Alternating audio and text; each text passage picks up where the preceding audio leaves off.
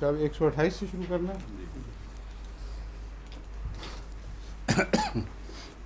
اعوذ باللہ من الشیطان الرجیم بسم اللہ الرحمن الرحیم واصبر وما صبرك الا باللہ ولا تحزن علیہم ولا تک فی ضیق مما یمکرون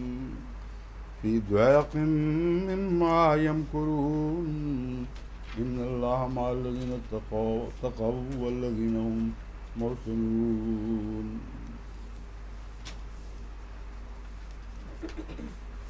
اور تو صبر کر اور تیرا صبر خدا کے سوا اور کسی کی خاطر نہیں. وما صبرک الا باللہ ولا تحزن علیہم ولا تک فی ضیق مما یمکرون. اور ان پر غم نہ کر، ان کی باتوں سے تنگی میں نہ پڑ، اس وجہ سے کہ جو وہ مکر کرتے ہیں. یہاں ایک سوال اٹھتا ہے کہ صبر جب اللہ ہی کی خاطر ہے اور اچھا صبر ہے تو، اور صبر کی ہر جگہ تلقین ہے، تو پھر یہ کیوں فرمایا گیا ہے وَلَا تَحْزَنْ عَلَيْهِمْ وَلَا تَكُ فِي ضِيقٍ مِّمَّا يَمْكُرُونَ؟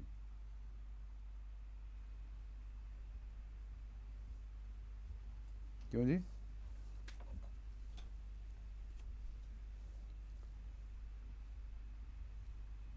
اور صاحب آپ کا دماغ چلتا ہے ان باتوں میں ماشاء اللہ. اللہ کا باقی نشر اور داتا حسن علیہ. ہم اگر اس میں ہے کیا وجہ کہ صبر کی ایک جگہ اتنی تلقین وما یلقاها الا الذین صبروا وما یلقاها الا ذو حظ عظیم، اور دوسری طرف ہر جگہ رسول اللہ صلی اللہ علیہ وسلم کو صبر کے جو اثرات ہیں ان سے روکا گیا ہے. پھر وہ صبر میں تو لگے گا. آیا صبر کی نفی ہے یا کوئی اور بات ہے؟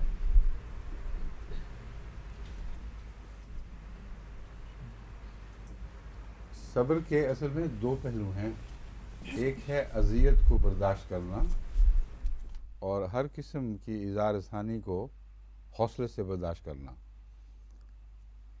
یہ اس صبر کی مناہی کہیں نہیں ہے سارے قرآن کریم میں، نہ رسول اللہ صلی اللہ علیہ وسلم کے حوالے سے نہ کسی اور حوالے سے. لیکن رسول اللہ صلی اللہ علیہ وسلم کے صبر کے نتیجے میں جو انذاری پیشگوئیاں نازل ہوئی ہیں اور دشمن کی تقدیر ظاہر ہوئی ہے، اس پر جو غم لگا ہے اس سے منع فرمایا گیا ہے کہ وہ تو اب ہو کے رہے گا. اس لیے اس کو فرق کرنا چاہیے. یہ ہرگز مراد نہیں کہ صبر سے منع فرمایا گیا ہے، بلکہ صبر کے نتیجے میں جو دشمن کی ہلاکت کا غم ہے اس سے منع فرمایا گیا ہے کہ اس کو چھوڑ دو.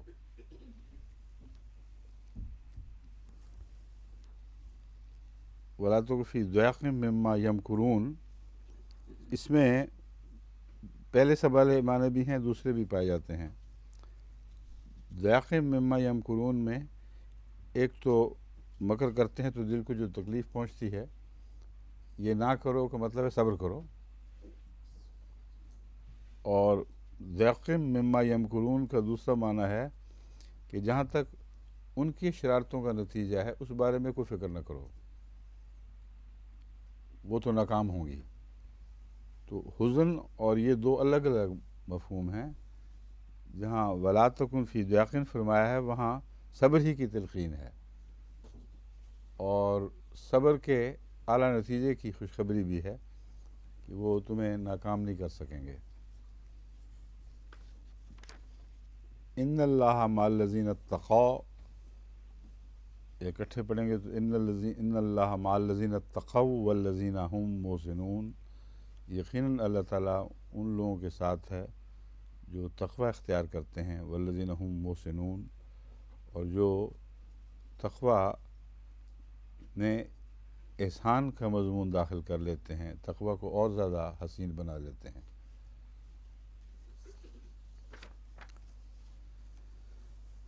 بسم اللہ الرحمن الرحیم.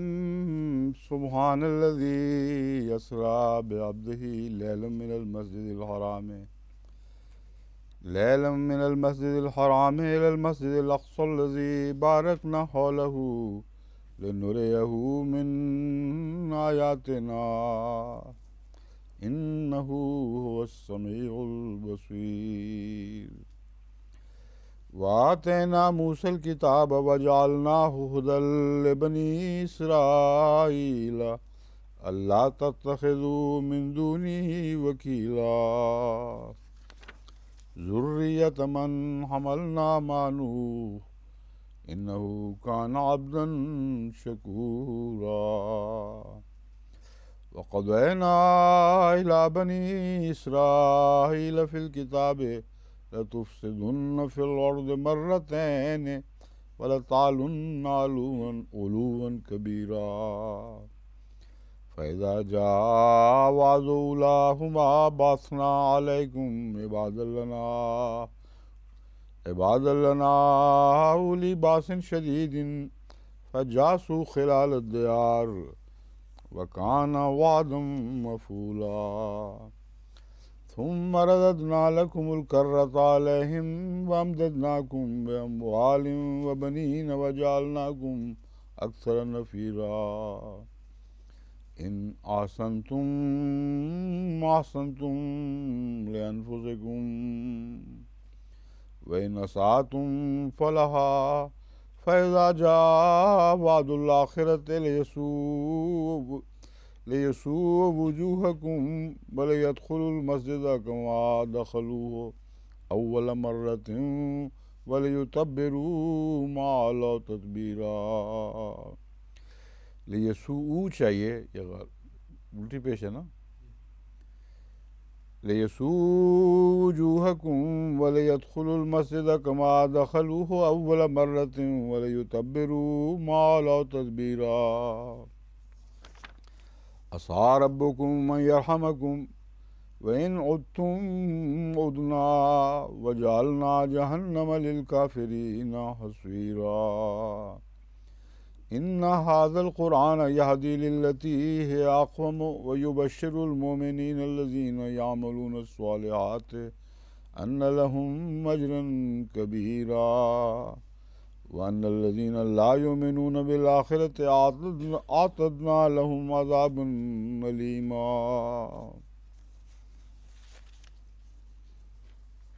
سبحان الذي، پاک ہے وہ ذات، اسریٰ بعبدہ لیلا من المسجد الحرام، جو رات کے وقت اپنے بندے کو لے کے چلا من المسجد الحرام، مسجد حرام سے، الی المسجد الاقصی الذی بارکنا حولہ، اس مسجد کی طرف جو دور کی مسجد ہے، الذی بارکنا حولہ، جس کے ماحول کو ہم نے برکت دی ہے، لنریہ من آیاتنا، تاکہ ہم اسے اپنی آیات میں سے کچھ دکھائیں یا اپنی آیات دکھائیں۔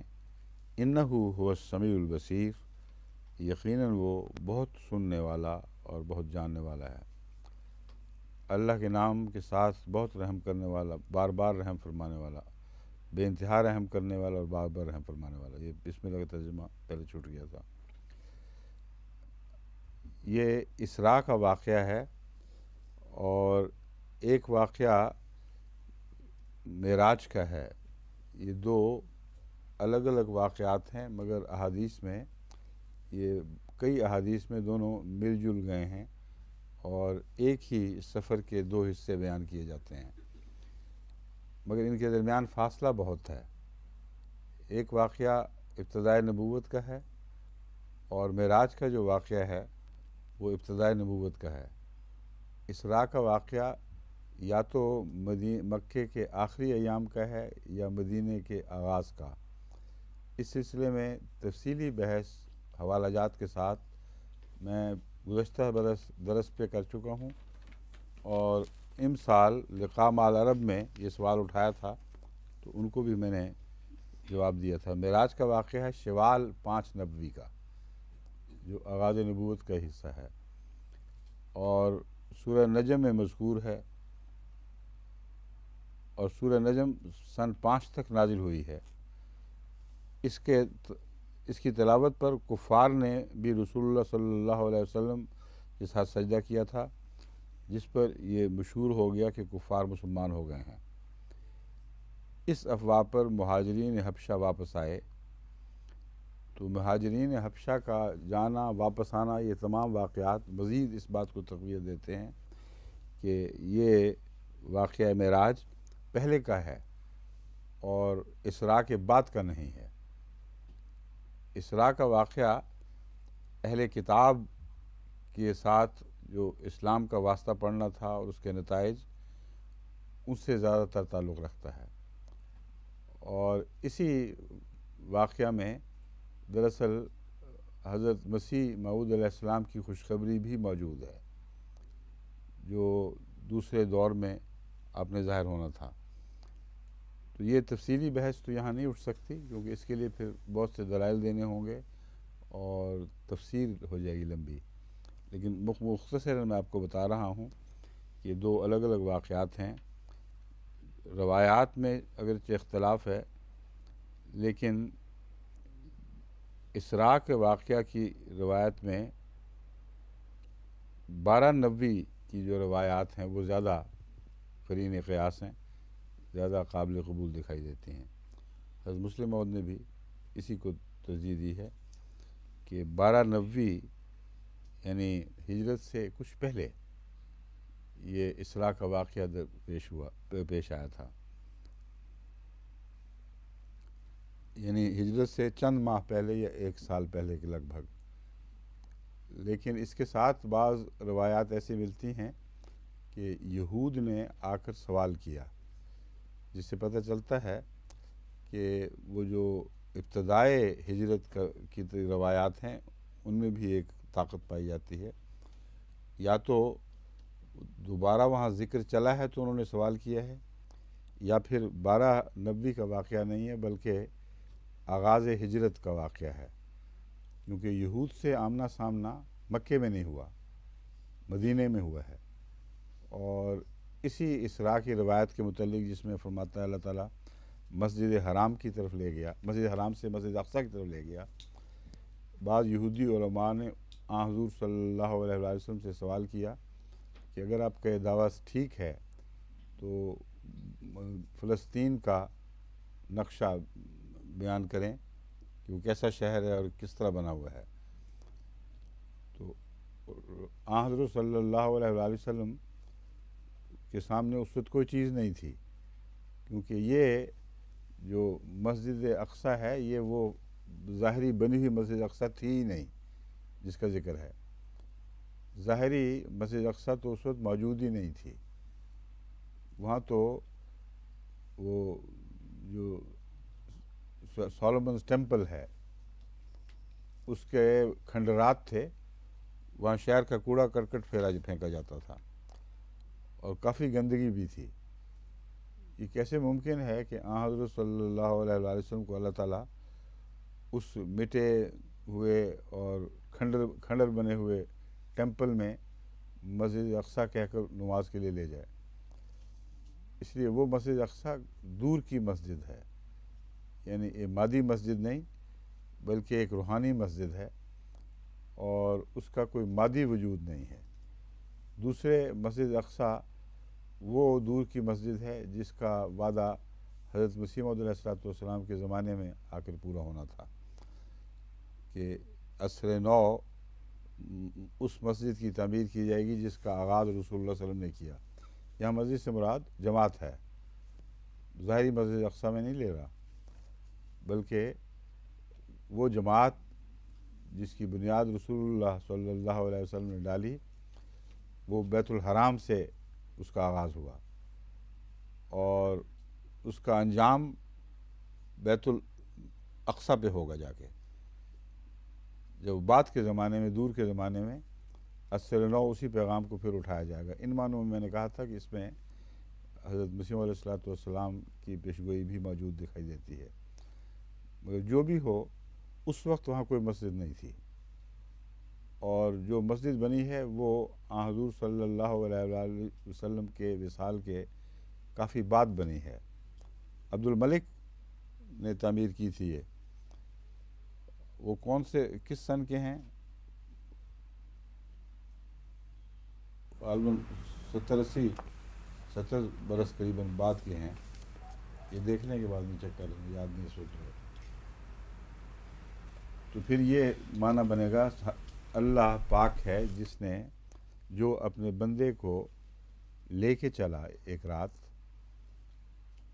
کے کسی حصے میں، ایک رات نہیں، لیلن رات کے وقت، مسجد حرام سے مسجد اقصیٰ کی طرف۔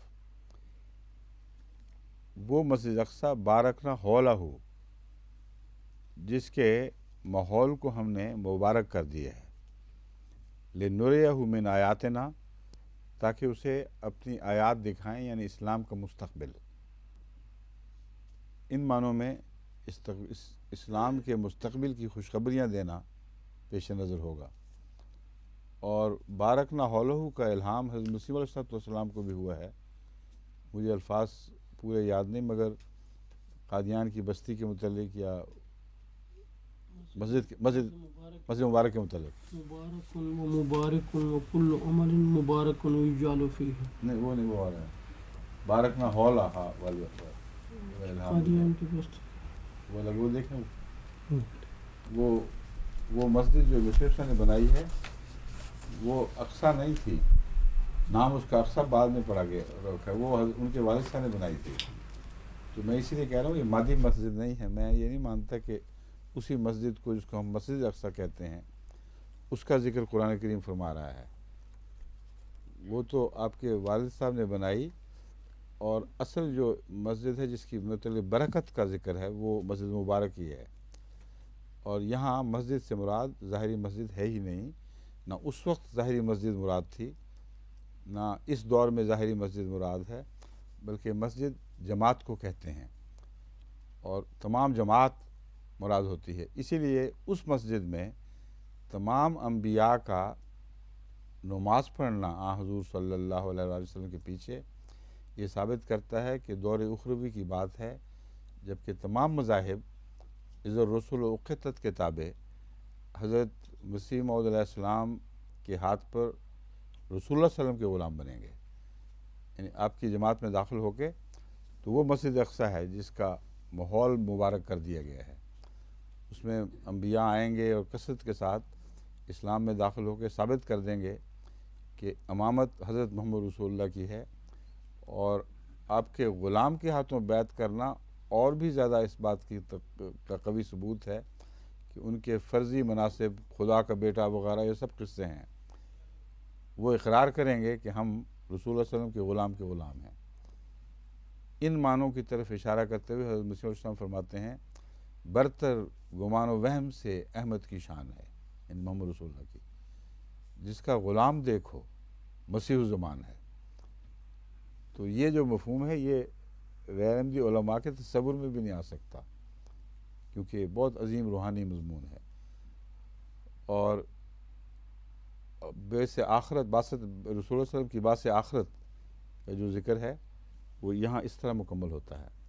اس لیے میں جو کہہ رہا ہوں کہ دور کی مسجد سے مراد یہ ہے، یہ کوئی فرضی بات نہیں ہے، ذوقی بات نہیں، قطعی شہادتیں ہیں قرآن کریم سے اور احادیث سے جو اس مضمون کو ثابت کرتی ہیں کہ ایک بعد میں پیدا ہونے والی جماعت ہے جس کی خوشخبری دی جانی تھی، جس کے ساتھ بہت سی آیات وابستہ ہیں جو حضور صلی اللہ علیہ وآلہ وسلم کو دکھا دی گئیں۔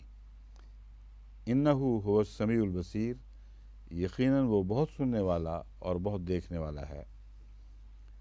وآتینا موسیٰ الکتاب وجعلناہ ھدی لبنی اسرائیل اللہ تتخذوا من دونی وکیلا، اور ہم نے موسیٰ کو کتاب دی، وجعلناہ ھدی لبنی اسرائیل، اور موسیٰ کی کتاب کو بنی اسرائیل کی ہدایت کے طور پر عطا کیا گیا تھا۔ اللہ تتخذوا، اور بنیادی ہدایت کیا تھی؟ اللہ تتخذوا من دونی وکیلا، کہ مجھے چھوڑ کر کسی اور کو وکیل نہیں بنانا۔ اس آیت کا ضمنی تعلق پہلی آیت سے یہ بنتا ہے کہ موسیٰ کی کتاب میں جو شریعت تھی وہ بنی اسرائیل کے لیے تھی، اس لیے آئندہ آنے والی جو بھی دوسری بعثت ہوگی وہ حضرت محمد رسول اللہ کی شریعت سے تعلق رکھے گی، موسیٰ کی شریعت سے نہیں، کیونکہ یہ اپنے اختتام کو پہنچ چکی ہے۔ اس لیے لازماً حضور صلی اللہ علیہ وسلم کی شریعت کے تسلسل میں ہی وہ آئے گا جسے مسیح کہا جائے گا۔ رسول الی بنی اسرائیل اب دوبارہ نہیں آ سکتا، کیونکہ یہ حصر ہو گیا ہے، وآتینا موسیٰ الکتاب وجعلنا ھدی لبنی اسرائیل، اور اس کے مقابل پر یہ فرمانا کہ مسیح رسول الی بنی اسرائیل تھا، اس نے باندھ دیا ہے کہ یہ امت پہلے کی تھی، یہ دوبارہ نہیں مبعوث ہوگی۔ اب جو آگے خوشخبریاں ہیں وہ حضور صلی اللہ علیہ وسلم کی امت سے تعلق رکھتی ہیں۔ اللہ تتخذوا من دونی وکیلا، میرے سوا کسی اور کو اپنا سرپرست نہ بنانا۔ یہ جو ہدایت ہے اس کا اس لیے یہاں تذکرہ فرمایا گیا ہے کہ بنی اسرائیل نے ناشکری کرتے ہوئے خدا کے سوا اور سرپرست بنا لیے اور اس بنیادی مرکزی ہدایت کی خلاف ورزی کی ہے۔ اس کا ذکر آگے چلے گا۔ ذریۃ من حملنا مع نوح، ایک ایسی ذریت، ایک ایسی نسل جو ان لوگوں کی تھی من حملنا مع نوح، جن کو ہم نے نوح کے ساتھ کشتی میں اٹھا لیا تھا، کشتی میں پناہ، حملنا اٹھانے کے معنی ہے مراد ہے پناہ دی تھی۔ انہ کان عبدا شکورا، یقیناً وہ بہت ہی شکر گزار بندہ تھا۔ یہ آیت بہت سی بحثیں چھیڑتی ہے اور مختلف علماء مختلف توجیحات پیش کرتے ہیں، کیونکہ اس کا حقیقی مفہوم سمجھنا آسان نہیں ہے۔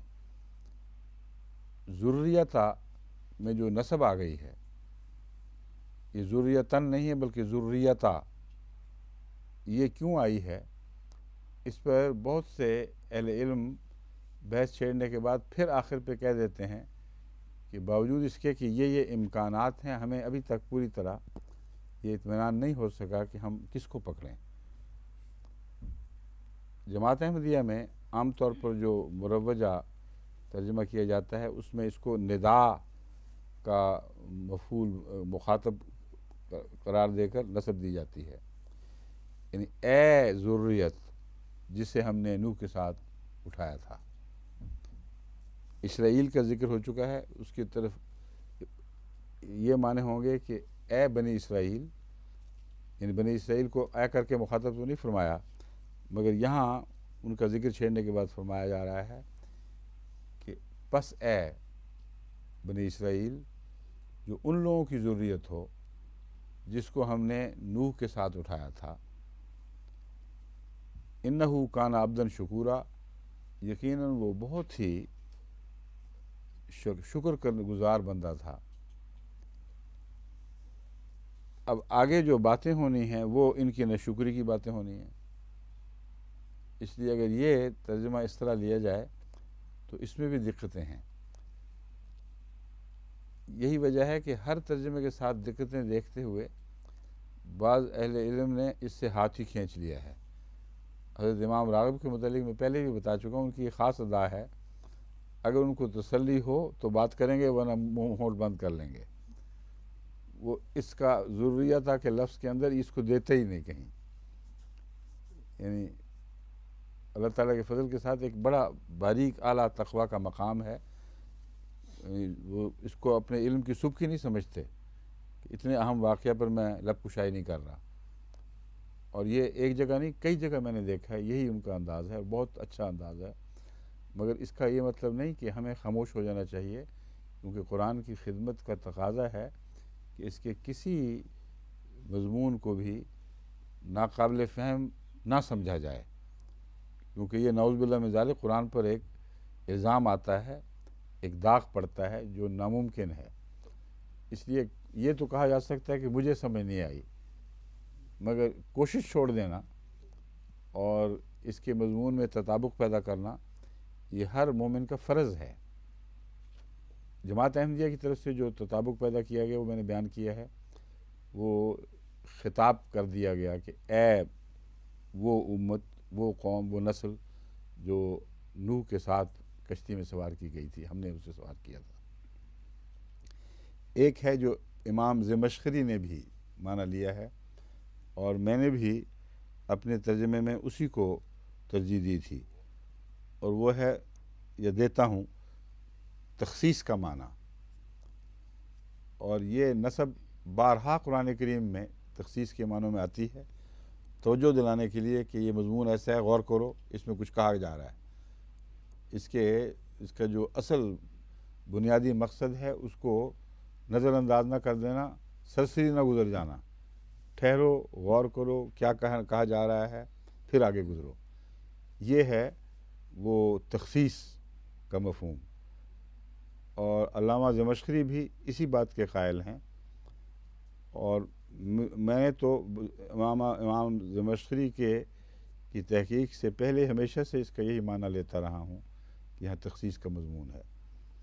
وہ مضمون کیا معنی پیدا کرے گا، کیا پہلے سے کیا فرق ہے؟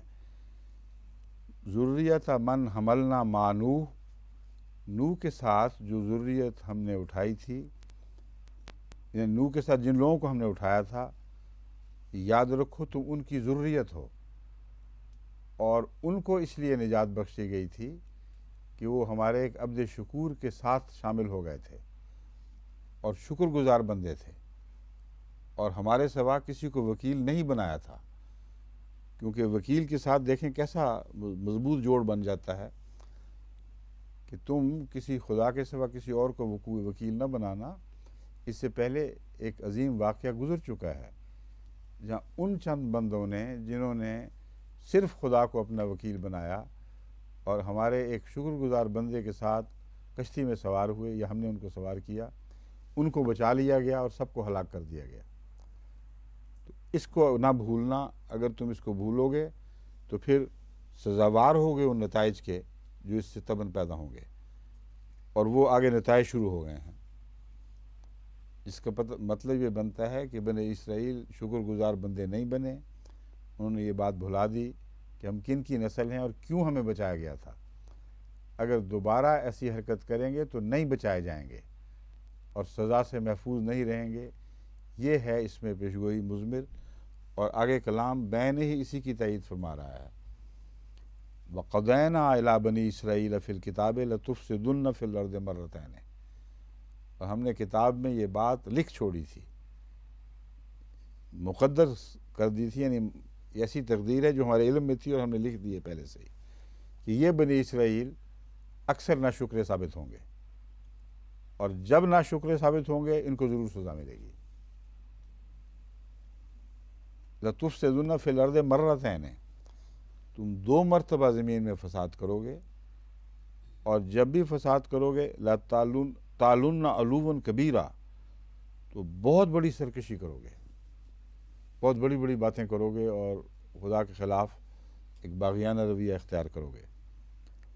فَإِذَا جَاءَ وَعْدُ أُولَاهُمَا، جب اس تقدیر کا پورا ہونے کا وقت پہلی بار آیا، وعد اولاہما، وہ وعدے جو کی دیے گئے تھے اس تقدیر میں، اس میں پہلے وعدے کا وقت آیا، باسنا علیکم عباد لنا اولی باسن شدیدن، ہم نے تم مبعوث کیے ایسے بندے تمہارے اوپر، عباد لنا جو ہمارے بندے تھے، اولی باسن شدیدن بڑا سخت لڑائی کرنے والے تھے، بڑی سخت لڑائی کرنے والے تھے، ان کو فن حرب میں بہت مہارت حاصل تھی۔ فجاسو خلال الدیار، خلال الدیار کا ترجمہ مختلف لوگوں نے کیا ہے، مثلا ایک گھروں میں داخل ہو گئے۔ میں نے جو ترجمہ اختیار کیا ہے جو تاریخ سے مطابقت بھی رکھتا ہے وہ یہ ہے کہ وہ دیار شہروں کو بھی کہتے ہیں، گھر مراد نہیں ہے، بستیوں کے درمیان جو خلا ہیں ان سے وہ داخل ہوئے، اور یہ ایک عظیم فوجی چال ہوتی ہے کہ جہاں جہاں کوئی دفاع کرنے والے موجود ہیں ان سے ٹکر لیے بغیر ان کے بیچ کے خلاؤں سے داخل ہو جائیں۔ یہ جو جرنال یہ کام دکھائے وہ بہت اعلیٰ درجے کے جرنل سمجھا جاتا ہے۔ آگے کی پوسٹ جو ہیں، آگے کی چوکیاں وہ بیکار رہ جاتی ہیں، ان کو پتہ بھی نہیں لگتا کہ ہوا کیا ہے، اتنے میں شہروں پہ قبضہ ہو جاتا ہے، اور ان کے پچھلے ان کے اگلوں سے کاٹے جاتے ہیں۔ تو یہی وہ طریق تھا جس پہ بنو قد نظر نے نبوکدنضر نے فلسطین کو فتح کیا اور ان کو بہت سخت سزا دی۔ وجہ یہ ہے کہ اس وقت تک یہ بار بار اپنے انبیاء کے خلاف بغاوت کر چکے تھے اور بار بار ان کی نافرمانی کے ساتھ ان پر ظلم کرتے تھے، تو اس لیے خدا تعالیٰ نے عباد لنا فرمایا ہے کہ ان کا یہ حملہ کوئی اتفاقی سیاسی حملہ نہیں تھا، ہماری ہدایت کے تابع ہوا ہے، اور ان کو ورنہ وہ نیک لوگ تو تھے نہیں کہ ان کو عباد لنا کہا جائے۔ عباد لنا کہنے سے مراد یہ ہے کہ اس وقت وہ ہماری نمائندگی میں اٹھے ہیں۔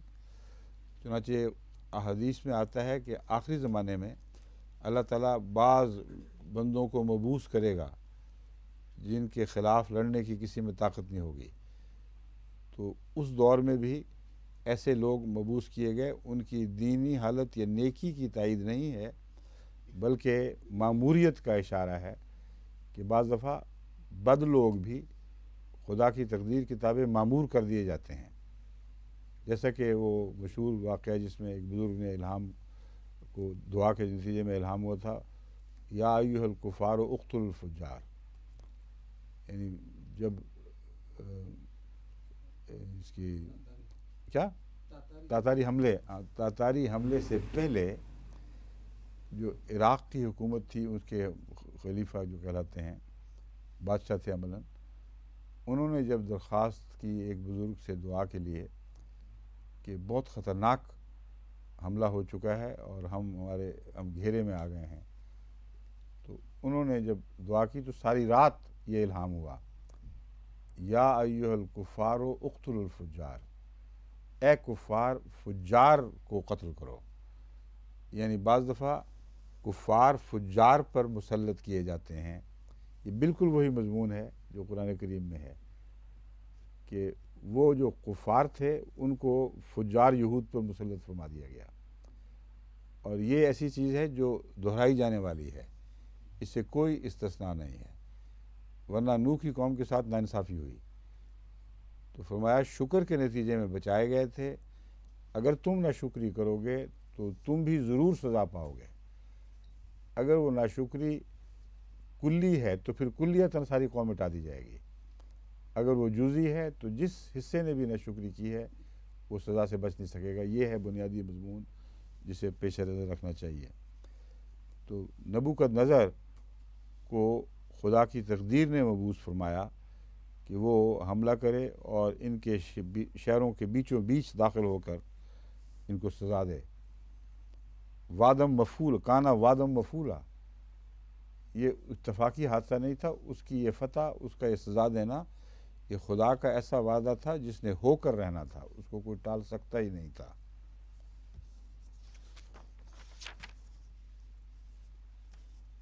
یہ پہلا وعدہ ہے جو پورا ہو گیا۔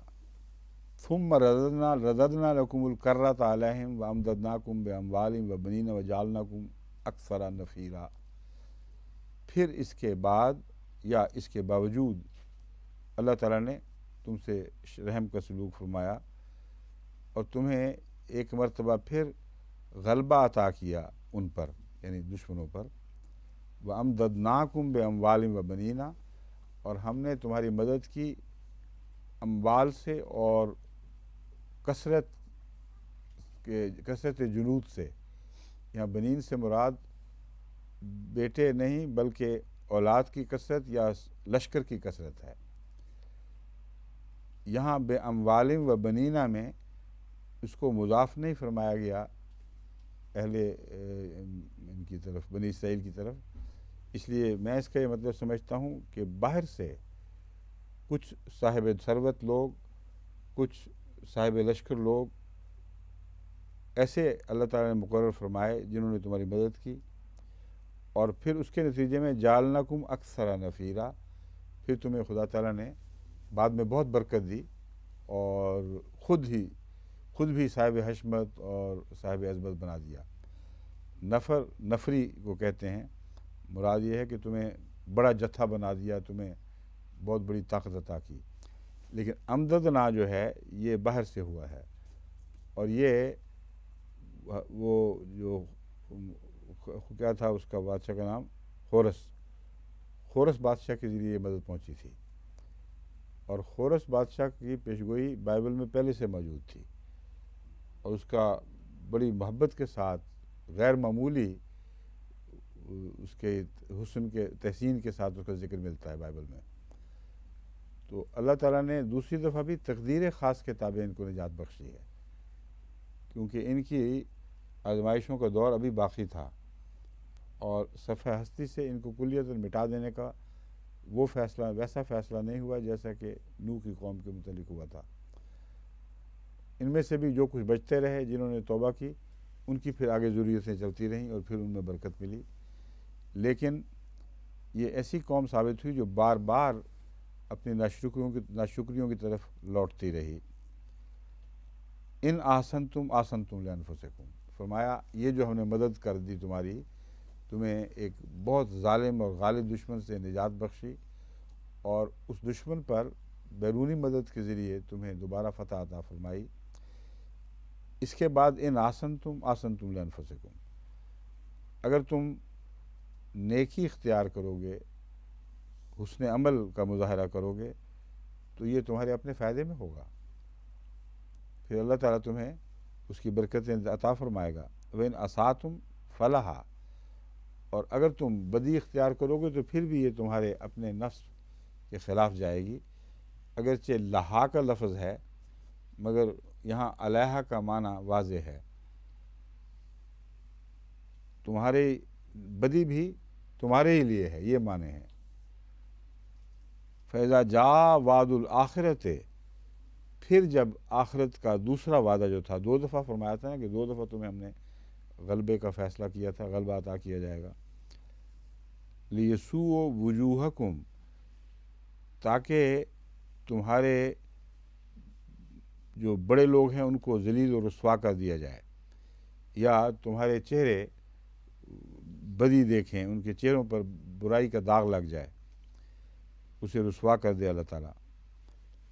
وَلَيَدْخُلُوا الْمَسْجِدَ، اور تاکہ تم مسجد، یعنی مسجد اقصیٰ نہیں، مسجد وہ سلیمان جو ٹیمپل ہے وہاں مراد، یہ مسجد وہ مراد ہے، اپنی مرکزی مسجد میں دوبارہ داخل ہو جاؤ، کما تمہاری مسجد میں جو دوبارہ آباد ہو گئی تھی۔ انہوں نے خورس نے سالومن ٹیمپل کو اثر نو تعمیر میں مدد دی تھی، اور مالی لحاظ سے بھی مدد دی تھی، اور بھی کئی طریق پر اس کو دوبارہ اثر نو بحال کرنے میں غیر معمولی مدد کی تھی۔ تو اس مدد کے نتیجے میں جب تمہارا سالومن ٹیمپل بحال ہو گیا، تو اس کے بعد کا یہ واقعہ ہے، دوبارہ پھر اس کا برباد ہونا اس لیے مقدر تھا کہ تمہارے اعمال ضائع ہو گئے۔ اس میں بہت بڑی حکمت یہ ہے کہ خدا تعالیٰ کی خاطر جو گھر بنائے جاتے ہیں ان کو ذاتی کوئی تقدس نہیں ہوتا، ان کا تقدس ان لوگوں سے وابستہ ہے جو لوگ اس گھر کی عزت کرتے ہیں اور اس گھر کے تقاضے پورے کرتے ہیں۔ اگر تقاضے پورے کرنے والے نہ رہیں تو اسی اینٹ پتھر کو جس میں خدا تعالیٰ کی بات کی جاتی تھی خدا کوئی اہمیت نہیں دیتا، جس کا مطلب یہ ہے کہ پھر یہ جو فرضی تعلقات ہیں کہ یہ مقدس جگہ ہے، اس کی بے حرمتی ہو گئی، یہ سب بے معنی ہو جاتے ہیں، کیونکہ اللہ تعالیٰ خود اپنے بندے مقرر فرما رہا ہے کہ وہ حضرت سلمان کی عبادت گاہ جس سے مسجد کہا جاتا ہے اس کے اینٹ سے اینٹ بجا دیں، ٹکڑے ٹکڑے کر دیں، اس کے اندر جو لٹریچر ہے سب کچھ جلا کے خاک کر دیں۔ کیا خدا سے زیادہ کوئی اپنی مقدس جگہوں کی غیرت رکھتا ہے؟ صاف پتہ چلتا ہے کہ خدا کا جو عمارتوں کو تقدس بخشنا ہے، یہ تقدس ایک ایسی چیز ہے جہاں انسانی ہاتھ پہنچ ہی نہیں سکتا۔ اس تقدس کو جو عبادتوں سے وابستہ ہے اسے مادی قرار نہیں دیا جا سکتا، وہ ایک روحانی تصور ہے، اس کے گرد گرد بارکنا حولہ والا مضمون ہے، اور اپنی ذات میں وہ رہے نہ رہے وہ برکت باقی رہے گی، اس کا ایک تقدس و عظمت رہے گی جس کی خاطر بار بار آباد کیا جاتا ہے۔ مگر وہ اینٹ پتھر کے گھر جو اس مقصد سے ہٹ کر استعمال ہونے لگیں، ان کی اللہ خاک اڑا دیتا ہے، ان کی کوئی پرواہ نہیں کرتا۔ تو یہ جو مسجدیں بعض تقدس اختیار کر جاتی ہیں، اگرچہ ان میں شرکی ہو رہا ہو، تو اللہ کے نزدیک ان کی کوئی حقیقت نہیں۔ ان کو اگر مٹنے دیتا ہے تو غالب ہونے کے باوجود اس لیے مٹنے دیتا ہے کہ پہلی قوموں سے بھی اس کا یہی سلوک تھا۔ جب بھی عبادت گاہوں کا تقدس انسان زائل کر دیں جن کے سپرد ان کا تقدس قائم رکھنا تھا، تو پھر وہ عمارتیں غیروں کے سپرد کر دی جاتی ہیں کہ جو مرضی کرو اس کے ساتھ، اب خدا کا اس سے کوئی تعلق نہیں رہا۔ لیکن ایک تعلق یادوں کا رہتا ہے، ان وعدوں کا رہتا ہے جو اس ان عمارتوں کو قائم کرنے والوں نے اخلاص سے عبادت کر کے اللہ سے حاصل کیے تھے، ان کی نیکی کے نتیجے میں خدا نے کیے تھے۔ وہ وعدے ہیں جو دوبارہ از سر نو ان کی تعمیر کا موجب بنتے ہیں، ورنہ یہ نہیں کہ خدا تعالیٰ ایک دفعہ تو مغلوب ہو گیا، زبردستی شیطان نے خدا سے اس کی عمارتیں چھین لیں، پھر خدا دوبارہ کر رہا ہے۔ یہ تصور جاہلانہ ہے، اس حقیقت سے کوئی تعلق نہیں جو قرآن کریم میں بیان ہو رہی ہے۔ وَلِيُتَبِّرُوا مَا عَلَوْا تَتْبِيرًا، تاکہ وہ جس چیز پر ما میں من نہیں ہے، ما ہے، ہر چیز اس میں من بھی آ جاتا ہے، تاکہ وہ مسجد پہ قبضہ کریں اور جو کچھ ان کے قبضے ہیں اس کو ستیہ ناش کر کے رکھ دیں، اس کو تہس نہس کر دیں، برباد کر دیں۔ اب خدا تعالیٰ نعوذ باللہ من ذالک اپنے تقدس کی جگہوں کو برباد کروا سکتا ہے؟ وہی بات ہے جو میں بیان کر رہا ہوں، تقدس مادی چیز میں نہیں ہوا کرتا، تقدس مادی چیز کے روحانی تقاضوں کے ساتھ وابستہ ہوتا ہے جو ماحولہ کا مضمون رکھتا ہے۔ تقدس کا ایک ماحول اپنی جگہ قائم رہتا ہے، خواہ وہ مرکزی عمارت ہٹ بھی جائے، ٹل بھی جائے، لیکن وہ اورا جو تقدس کا ہے وہ اپنی جگہ قائم رہتا ہے۔ یہ 2 دفعہ ہو گیا واقعہ، ٹھیک ہے، تو تیسری دفعہ پھر کہاں ذکر ہے؟ ہمارے زمانے میں جو ہوا ہے اس کا ذکر کہاں چلا گیا پھر؟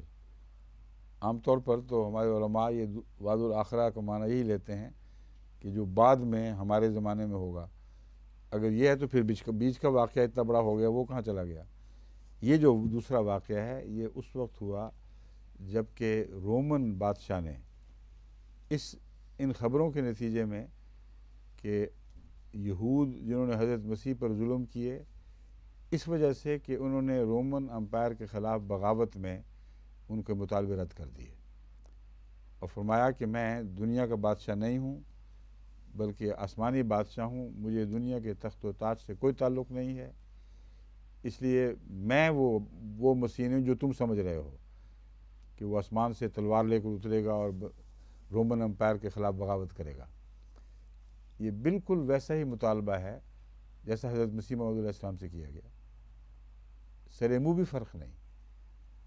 آپ کو اسی الزام کا نشانہ بنایا گیا، آج بھی بنایا جا رہا ہے۔ یہاں لندن میں جو پہنچے ہوئے ہیں سو کالڈ محافظین، وہ یہی بات بار بار اٹھا رہے ہیں کہ دیکھو انگریزوں کی پناہ میں ہیں اور انگریزوں ہی نے ان کو پناہ دی تھی، ان کا لگایا ہوا پودا ہے، کیونکہ مرزا صاحب نے ان کے خلاف تلوار اٹھانے سے منع فرما دیا۔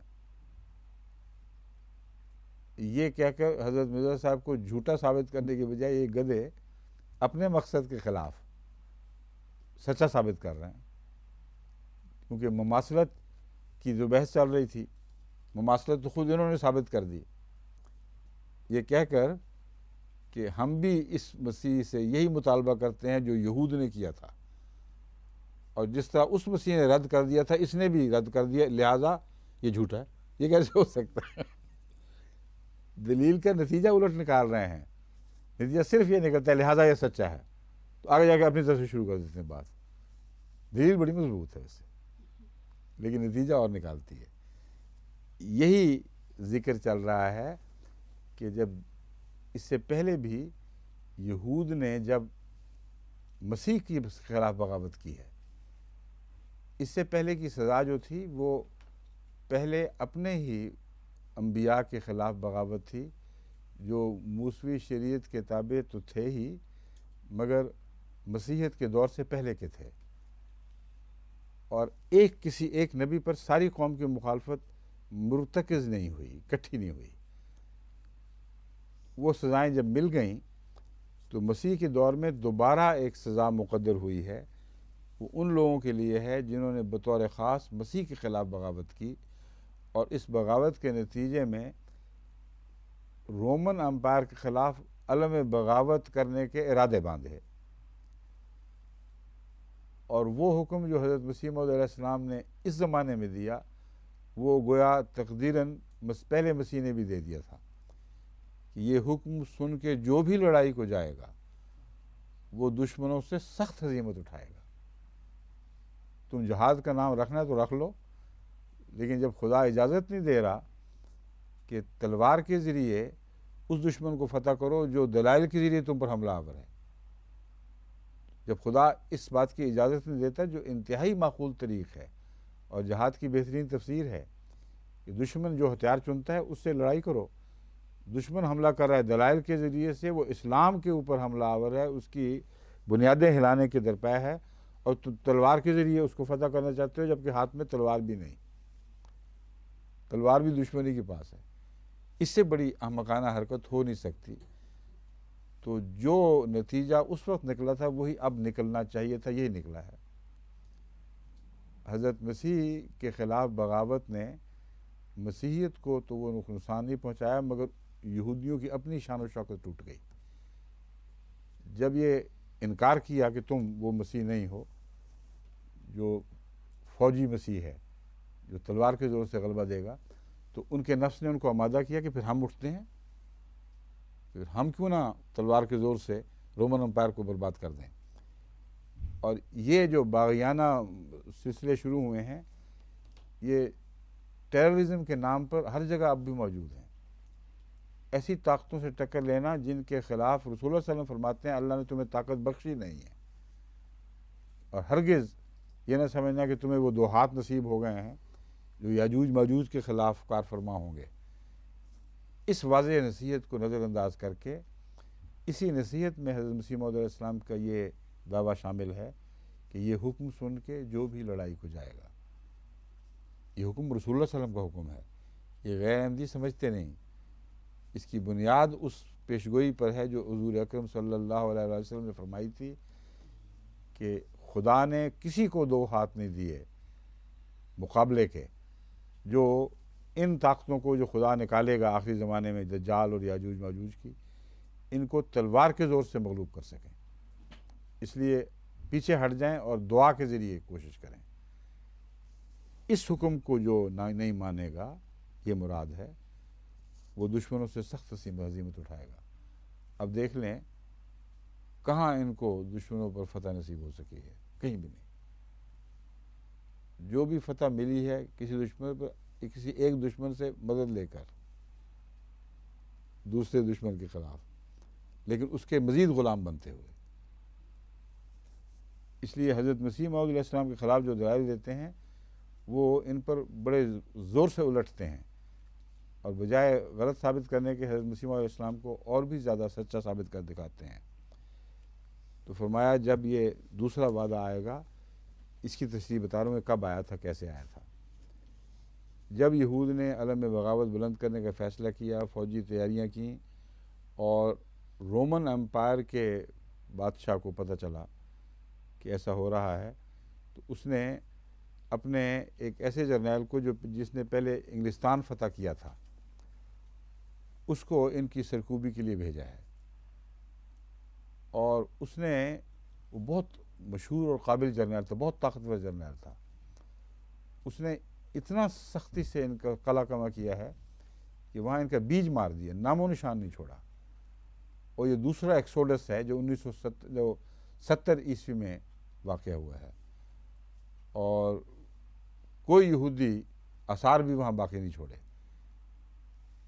یہ وہ حالت ہے جس حالت پر حضرت صلی اللہ علیہ وآلہ وسلم نے وہ کیا کہتے ہیں اس کو، سلیمانی، معبد سلیمان، ہیکل سلیمانی، ہیکل سلیمانی کو پایا تھا۔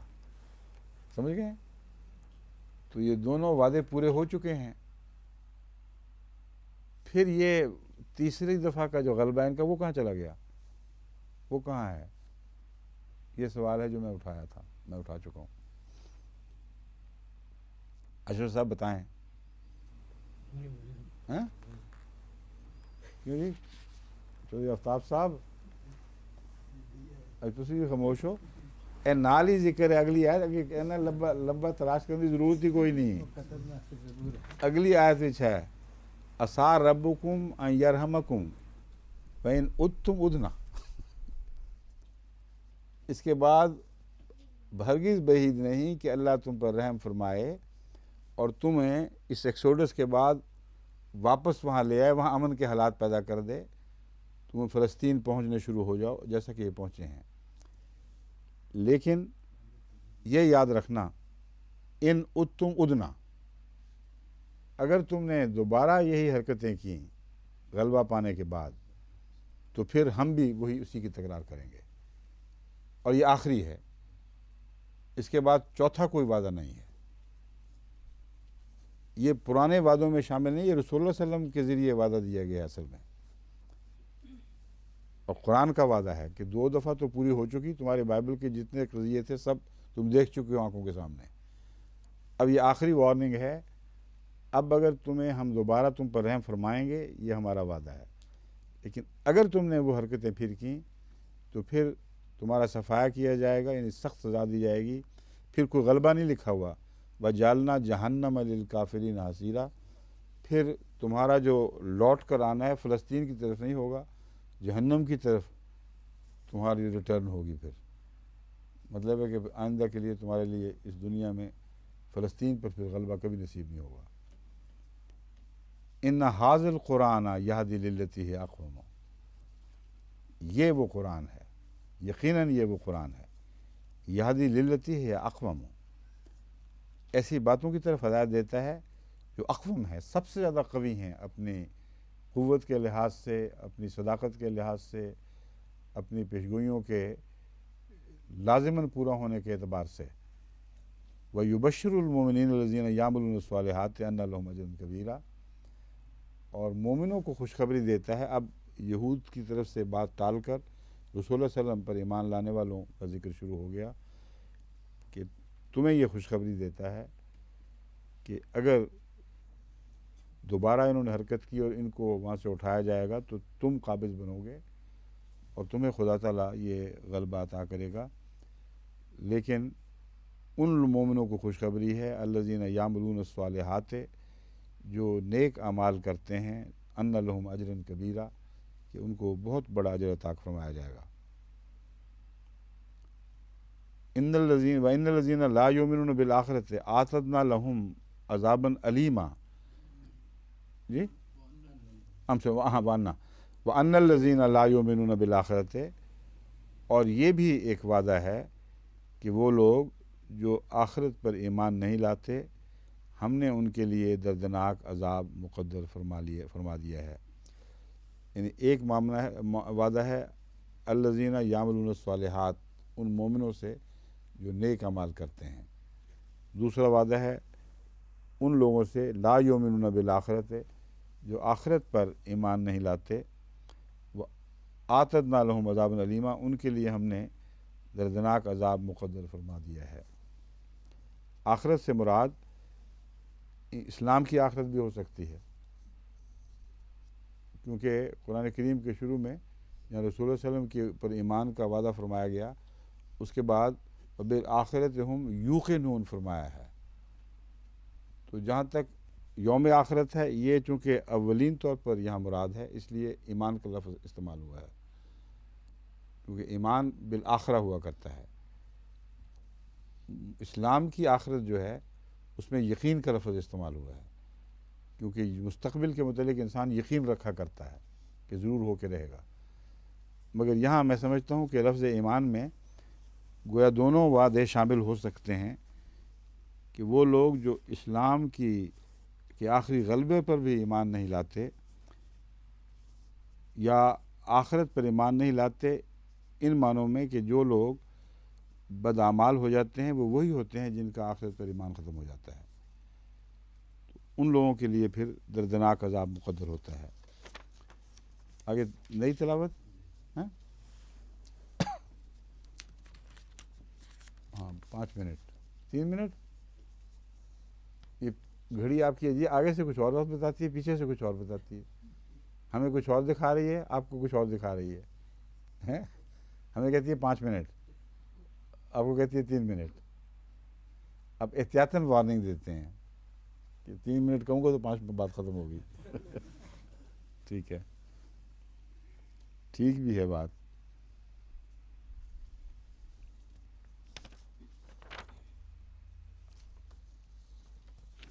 وید الانسان ہیں کیا 12 نبوی کا آپ نے ذکر کیا تھا. 90 جی، تو اس سے کیا مراد ہے؟ ہجرت سے پہلے کے جو سال ہیں اس کو 90 سال کہتے ہیں ان کو. وہ دور جو اس میں نبوت کے بعد ہجرت سے پہلے تک حضور صلی اللہ علیہ وسلم نے مکے میں قیام فرمایا، اس دور کو 90 دور کہتے ہیں، اور ان سالوں کو 90 سال کہتے ہیں. ہجرت کے بعد جب مدینے میں منتقل ہو گئے تو پھر واپس مکے میں آنے کے بعد بھی جب آئے ہیں اور کچھ عرصہ قیام فرمایا، جو بھی واقعات رونما ہوتے ہیں ان کو ہجری واقعات کہتے ہیں، اس دور کو ہجری دور کہتے ہیں. سمجھ گئے بات؟ تو ہجری سال اور 90 سال میں یہ فرق ہے. اعوذ باللہ من الشیطان الرجیم، بسم اللہ الرحمن الرحیم.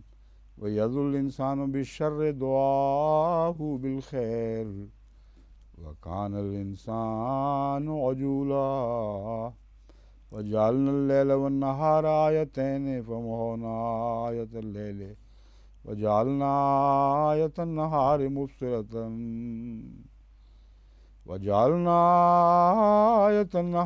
مُبْصِرَةً لِتَبْتَغُوا فَضْلًا مِّن رَّبِّكُمْ وَلِتَعْلَمُوا عَدَدَ السِّنِينَ وَالْحِسَابَ وَكُلَّ شَيْءٍ فَصَّلْنَاهُ تَفْصِيلًا وَكُلَّ إِنسَانٍ أَلْزَمْنَاهُ طَائِرَهُ فِي عُنُقِهِ وَنُخْرِجُ لَهُ يَوْمَ الْقِيَامَةِ کتابا یلقاہ منشورا. یہ منشورہ ہے یا منشورہ ہے. یوم القیامت کتابا یلقاہ منشورا، یعنی کھلی کھلی کتاب نشر ہوئی ہوئی.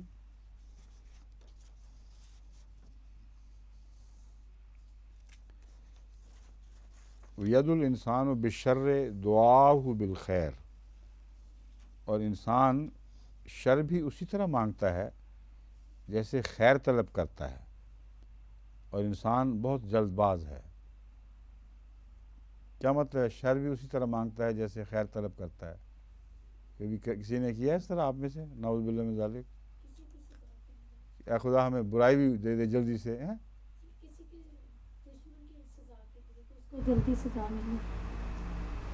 سزا کی طلب اس طرح کرتے ہیں جس طرح خیر کی طلب کر رہے ہوں، اور بے یقینی کی وجہ سے کرتے ہیں. پہلے جو وعدے ہوئے ہیں ان میں سے وعدوں پر اگر ان کو اعتبار ہوتا تو کبھی بھی بیہودہ حرکتیں نہ کرتے. تو یہ چیلنج کرتے ہیں کہ یہ سب جھوٹ ہے، اس لیے اگر کل پتھر برسنے ہیں تو آج برسا کے دکھا دے ہم پر. تو وہ سمجھتے ہیں کہ ہم اس لیے شر مانگ رہے ہیں کہ ثابت ہو جائے کہ شر کا وعدہ جھوٹا تھا، اور بے وقوف ثابت ہوتے ہیں وہ واقعہ سچا ہوتا ہے وعدہ. بس جس طرح انسان خیر طلب کرتا ہے یہ گدھے لوگ اسی طرح اپنے لیے شر طلب کر رہے ہوتے ہیں جلدی سے. یہی ایک بات ایک غیر قریش نے ایک قریش کے خلیفہ کو کہی تھی. انہوں نے کہا میرے نزدیک تو قریش سے بڑھ کر کوئی بے وقوف نہیں ہے. تو انہوں نے کہا کیوں، کیا ثبوت ہے؟ انہوں نے کہا قرآن کہتا ہے. انہوں نے کہتا ہے کہ قریش نے مطالبہ کیا تھا ہم پر پتھر برسا آسمان سے. تو اس سے بڑا بے وقوف انسان کون ہوگا جو پتھر برسانے کی دعائیں مانگتا ہو. تو یہ وہی مضمون ہے جو اس آیت میں بیان ہوا ہے. اس لیے دعا نہیں مانگتے کہ بے وقوف ان معنوں میں ہیں کہ واقعتاً پتھر مانگ رہے ہیں. ان معنوں میں بے وقوف ہیں کہ وہ سمجھتے ہیں کہ جھوٹا موٹا وعدہ ہے، ہوگا کچھ نہیں، اس لیے بے شک پتھر مانگو برسنے نہیں ہیں.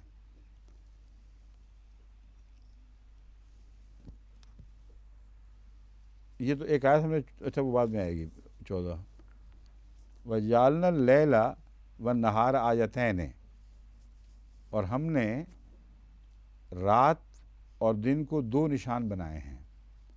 فَمَحَوْنَا آیَتَ اللیل وَجَعَلْنَا آیَتَ النَّہارِ مُبْصِرَةً، اور ہم نے رات کے نشان کو مٹا دیا یا مٹا دیتے ہیں اور صبح کے نشان کو روشن کر کے دکھا دیتے ہیں. یہ جو قوموں کی تقدیر ادلتی بدلتی رہتی ہے، جس کا پہلے مضمون میں ذکر چل چکا ہے، کبھی اونچ کبھی نیچ، کبھی بنی اسرائیل پہ رات کا زمانہ آیا، کبھی دن چڑھ گیا، اور پھر ایک رات آ گئی. پھر ایسی بھی رات آتی ہے جو ان سے ہٹ کر اوروں پر طلوع ہو جاتی ہے. پھر نہ دن ایسا بھی آتا ہے جو دوسروں پر طلوع ہو جاتا ہے. اس جوڑ پر جہاں اسلام وارث بن گیا ہے، اب اس دور پر یہ مضمون ایک تقدیر عام کے طور پر پیش کیا جا رہا ہے کہ ہم نے رات کو اور دن کو دو آیات بنائیں. فَمَحَوْنَا آیَتَ اللیل وَجَعَلْنَا آیَتَ النَّہارِ مُبْصِرَةً، اور ہم نے دن کے نشان کو خوب روشن کر کے دکھا دیا. عام طور پر قرآن کریم اچھی بات کا پہلے ذکر فرماتا ہے، بری کا بعد میں، عام دستور ہے. مگر کئی دفعہ کسی حکمت کے تابع اس کو الٹا بھی دیا جاتا ہے. یہاں حکمت یہ ہے کہ اللیل سے مراد وہ رات ہے جو آخر وقت میں بنی اسرائیل کے اوپر طاری ہو گئی تھی، جس کے بعد ان کے لیے ان کے ہاں کسی صبح کا کوئی سوال باقی نہیں رہا تھا. کوئی صبح ان پر طلوع نہیں ہو سکتی تھی، کیونکہ حضرت مسیح وہ اپنی موسوی امت میں وہ آخری نشان بن کے ظاہر ہوئے، جن کے بعد مضمون کو وہاں سے یعنی ہدایت کو وہاں سے اٹھا کر رسول اللہ کی طرف تبدیل فرما دینا تھا، منتقل کر دینا تھا. تو ایک رات کے دور کے مٹنے کا وعدہ ہے یہ، جس کی طرف اشارہ کیا جا رہا ہے، جو پورا ہو گیا. اور ایک نیا دن چڑھا ہے جو رسول اللہ صلی اللہ علیہ وسلم کے ساتھ اسلام کا طلوع ہے، اور پھر یہ بہت روشن ہو کر چڑھا ہے. وَلِتَبْتَغُوا فَضْلًا مِّن رَبِّكُمْ، تاکہ تم اللہ تعالیٰ سے فضل طلب کرو، اس سے فضل چاہو، اپنے رب سے فضل چاہو. وَلِتَعْلَمُوا عَدَدَ السِّنِينَ وَالْحِسَابَ وَكُلَّ شَيْءٍ فَضَّلْنَاهُ تَفْضِيلًا، اور تاکہ تم عدد السنین والحساب، سالوں اور حساب کا شمار سیکھو. وَكُلَّ شَيْءٍ فَصَّلْنَا نہیں تھا، فَصَّلْنَاهُ تفصیلا، اور ہر چیز کو، یہ مبصرتاً کا مضمون ہی ہے اصل میں. فَصَّلْنَاهُ تفصیلا، ہم نے قرآن ایک ایسی کتاب ہے اب جس میں ہر چیز کو ہم نے تفصیل کے ساتھ پوری طرح کھول کر پیش فرما دیا ہے. یہ تو ترجمہ تو واضح ہو گیا ہے، صرف ایک پہلو ہے عدد السنین والحساب کا یہاں کیا تعلق ہوا.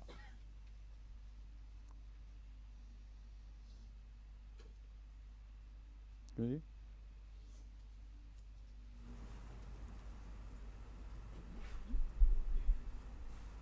اس لیے ہے اس کا تعلق کہ جب ایک کائنات بدل جائے تو پھر ایک نیا دور زمین و آسمان کا شروع ہوتا ہے، نئی زمین اور نئی آسمان بنائے جائیں گے.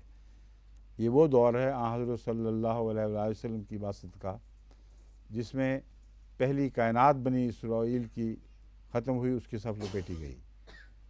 نئے سورج، نئے چاند، نئے ستارے طلوع ہوئے ہیں، اور ان کے تعلق میں خدا تعالیٰ فرماتا ہے ان کو اس لیے بنایا گیا تاکہ تم عدد السنین والحساب سیکھو.